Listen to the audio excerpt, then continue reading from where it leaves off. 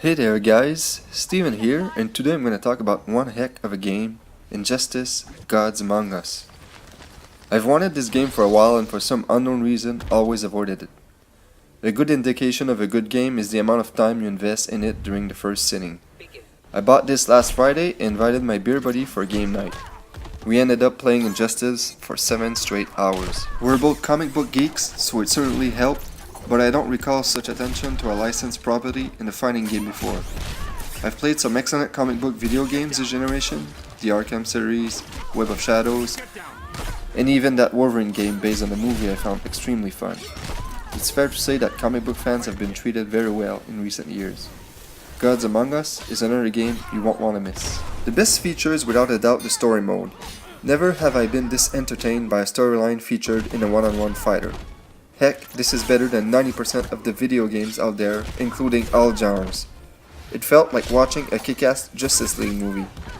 If you thought the Man of Steel was controversial, you better strap yourself in tight, because they had the balls to take one of the most well-known icons in history and turn him into the villain. They also explore the notion of alternate universes, which always make for some interesting storytelling. The characters themselves are all voice acted and done extremely well. I don't want to give away any spoilers, but just know that the game is worth playing for the story alone. Even if you don't enjoy competitive matches, Injustice is worth it because the single player modes are nothing short of fantastic. Thankfully, the game also boosts some sweet multiplayer action as well. Like with any fighter, expect to lose yourself in the game when you have buddies around. What makes this stand out is the amount of variety the characters offer. From the get-go, you can pick from 24 classic and obscure DC personalities. Usually in a fighter, I'll stick with one or maybe two guys and call it a day. Here I have 4 or 5 characters I'm comfortable with and always end up trying out the others as well. You can also head online at any time, but expect to get your ass kicked unless you're some kind of pro at fighters. I always preferred playing in the same room because it can get pretty intense, and after a few Molsons, the trash talking begins. Also, I'm horrible at fighting games and playing online always seems to bring me down. Another pleasant surprise was the game's difficulty.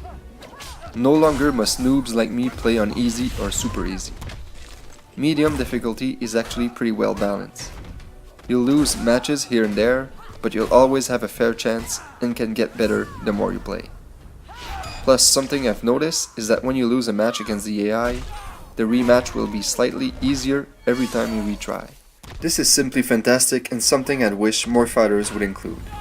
I mean, fighting games are already hard enough to get into these days. Pros always have the option of playing the harder difficulties. These guys have the skills to back it up. Guys like me don't, and companies should try to include us. Injustice does, and should have a great audience because of that. Another selling point are the game's super moves and the interactive maps. I've always loved when maps were not just backgrounds. Here we can use a car to bash an opponent's head in, enter a portal to backstab your enemy, etc, etc. Each stage offers plenty of hazards for you to interact with. You can also launch foes into other sections, making the fight always exciting. All superheroes have one super move and all 24 must be experienced at least once. There's nothing more exciting than seeing Doomsday bash someone straight to the Earth's core, or Harley Quinn plant an explosion at a very strategic body part. The best part is that the game doesn't require advanced calculus to pull these off. When your meter's full, simply press ZR and ZL and you're good to go. All these moves can be blocked, so they're not overly cheap, but can turn a match around and are all really entertaining to watch, even after seeing one for the 25th time. There is one disappointing feature in Injustice, however, and it seems to be a trend with fighting games: downloadable content.